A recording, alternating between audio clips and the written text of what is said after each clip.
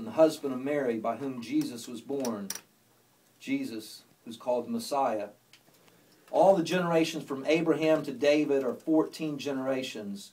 And David to the deportation to Babylon, 14 generations. And from the deportation to Babylon to the Messiah, 14 generations. Think about the imagination and the faith that this took, this next passage. Now the birth of Jesus Christ was as follows. When his mother Mary had been betrothed to Joseph, before they came together, she was found to be with child by the Holy Spirit. And Joseph, her husband, being a righteous man and not wanting to disgrace her, planned to send her away secretly. But when he had considered this, behold, an angel of the Lord appeared to him in a dream, saying, Joseph, son of David, do not be afraid to take Mary as your wife, for the child who has been conceived in her is of the Holy Spirit. She will bear a son, and you will call his name Jesus, for he will save his people from their sins. Now all this took place to fulfill what was spoken by the Lord through the prophet. Behold, the virgin shall be with child and shall bear a son, and they shall call his name Emmanuel, which translated means God with us.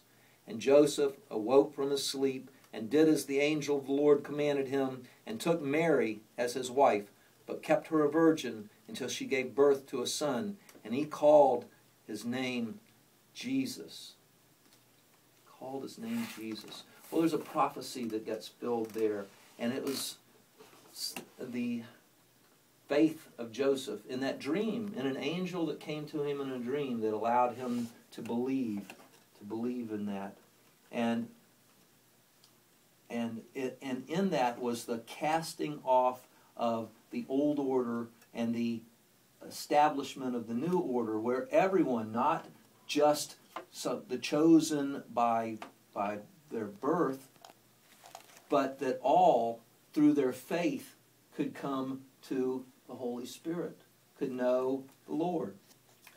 Huge change. Not just the selected people, not just the ones that have nuclear arms, but everybody gets to be a brother by acting in a brotherly way. Because at the end of it all, that judgment is not just you get through the first door by your faith and belief, but then after that, according to Revelations, you're going to be looked at for your deeds. And the liars and the sinners, they're going to have a problem.